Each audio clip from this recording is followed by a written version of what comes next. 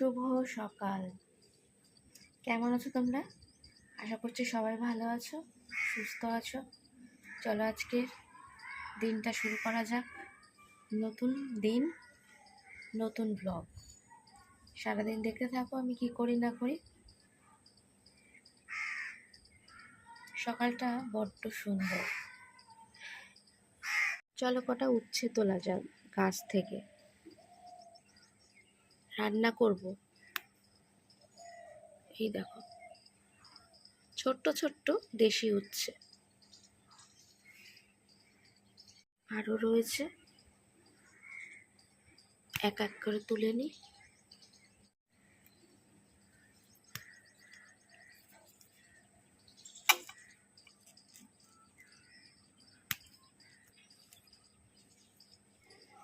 গাছের উচ্ছে তুলতে বেশ ভালো লাগে।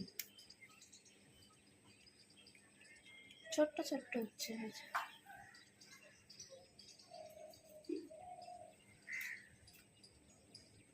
কি ভালো লাগে না বলো? ফ্রিজ থেকে মাছটা বার করে নিলাম। বরফ ছাড়তে অনেকটা সময় লেগে যাবে।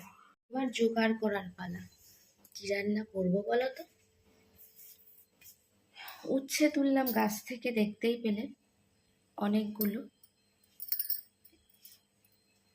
আর এখানে আছে বেগুন, এরকম সাইজের বেগুন অনেক রয়েছে। দেখো বেগুনগুলো কি ভালো। দিয়ে ভাবছি মাছ তো হবেই, তার সাথে একটু শাক না হলে কি চলে? বাঙালির পাতে একটু শাক দরকার। তাই এই যে নোটে শাকটা আজকে করবো ভাবছি। দেখো, এটা হলো সাদা নোটে। সাদা নোটে তোমরা কে কীভাবে করো? আমার কিন্তু সাদা নোটে ভাজা একদমই ভালো লাগে না। সাদা নোটে একটু চচ্চড়ি হলে খুব ভালো হয়, তাও আবার সেটা উচ্ছে দিয়ে, আর সাথে থাকবে চিংড়ি মাছ। চলো তোমাদের সবটাই শেয়ার করব, দেখতে থাকো। ততক্ষণ আমি শাকটা একটু বেছে, সবজি কাটা আমার হয়ে গেছে, এবার শাকটা বাছার পালা। শাক কোটা কমপ্লিট। যেহেতু চচ্চড়ি করব, খুব বেশি মিহি করিনি, দেখো একটু হালকা বড় রেখেছি। এবার এক এক করে সবজি ভেজে নেওয়ার পালা। প্রথমে উচ্ছেটা ভেজে নিলাম, এদিকে বড়ি ভেজে রেখে দিয়েছি। উচ্ছেটা ভেজে তারপরে বেগুনটা ভাজবো। খুব ভালো করে উচ্ছেটা ভেজে নিতে হবে।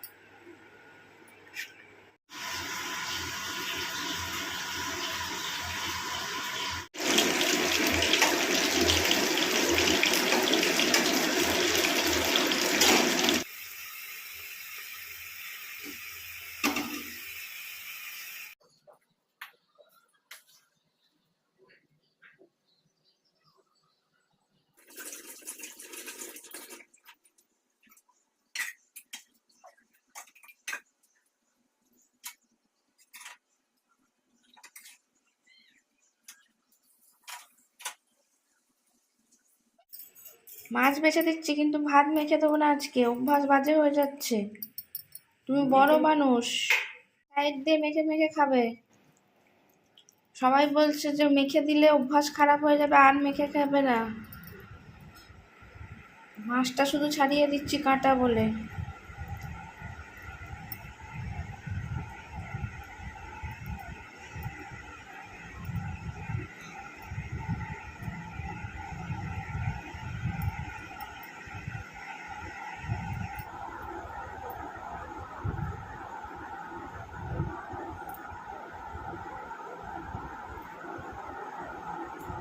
তোমার ভাত বেড়ে দিয়েছি মা, আর ভাত বাড়া, কিন্তু ওই যে মাছটা বেছে দাও।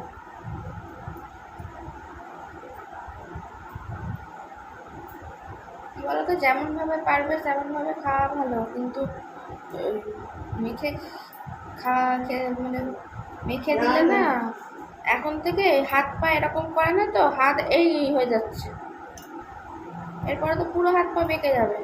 খাবে না, ভালো হবে, মারবি না, খেতে পারবে না। না, এরকম ভাবে করলে তো হবে না, তো কোনো সারাদিনে কিছু নেই, তো নিজের ভাতটা নিজে মেখে খেতে পারবে না।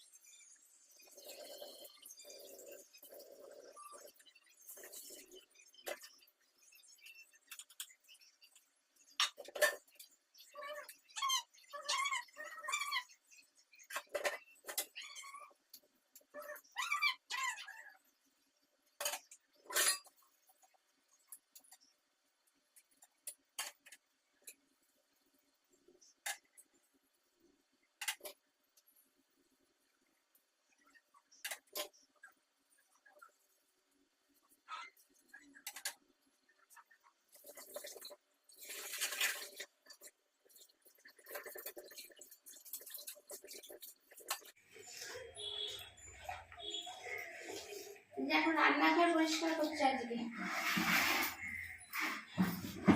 রোজ দিন এক একটা কাজ করলে তবে হয়, মাই করে, আমি আজকে ওই তলা টলাগুলো একটু ভালো করে পরিষ্কার করে দিলাম।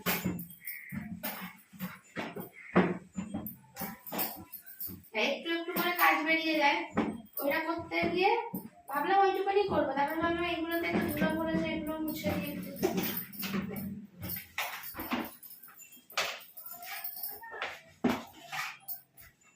ঝুলে ঝুল মাকড়সা ভর্তি, মাকড়সা ঝুল করে দিয়েছে।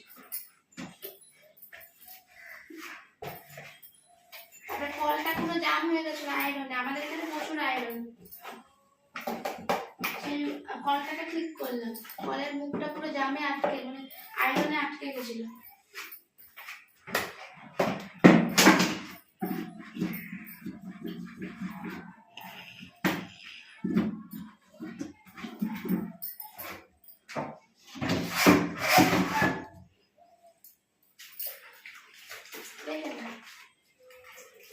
কখন হয়ে গেছে, তোমাদের সামনে আর আসা হয়নি। এখন এই দেখো, এখন খেলাম এই যে দই ভাত, সেটা তোমাদের দেখানো হলো না, যাই হোক অল্প করে ভাত ছিল, দই দিয়ে আমি খেলাম, ওরা এমনি দই খেলো, ওরা খাবে না। আমি বললাম চিড়ে দিয়ে নাই, মুড়ি দিয়ে নাই, যা যে কটা ভাত আছে ওইটা খেয়ে নাও, না কেউ ভাতগুলো খাবে না, ভাতগুলো রেখে দিলেই সেই আবার রাত্রিরে কি খাওয়া হবে আমি জানি না, এখন রান্নাবান্না কী হবে, ও ভাতগুলো নষ্ট হয়, সকালবেলা খাওয়া হবে না, তা দরকার নেই, মানে গরম ভাত খাওয়া হয় তখন, ওই ভাতগুলো আর খাওয়া হবে না, এই করে করে আমি ভাবলাম না, ভাতগুলো দই দিয়ে আমি খেয়ে নিই, হচ্ছে পেটটা ঠান্ডা হয়ে গেল।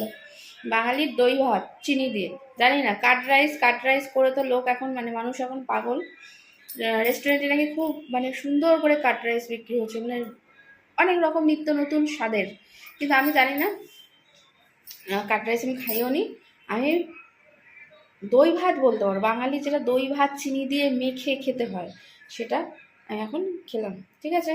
ওইগুলো নাকি কি কাট রাইসগুলো করে ফোড়ন টোড়ন দিয়ে, মানে এই যে কী বলে কারি পাতা সর্ষে এসব দিয়ে ফোড়ন টোড়ন দিয়ে সুন্দর করে করে, নারকল ঠারকল দেয় মনে হয়, যাই হোক অত জানি না, বাঙালির দই ভাত খাওয়া হলো, পেট ঠান্ডা হয়ে গেছে, এবার ব্যাস ভিডিও এডিট করবো, মা চলে আসলো বাটি নিয়ে দই খেয়ে।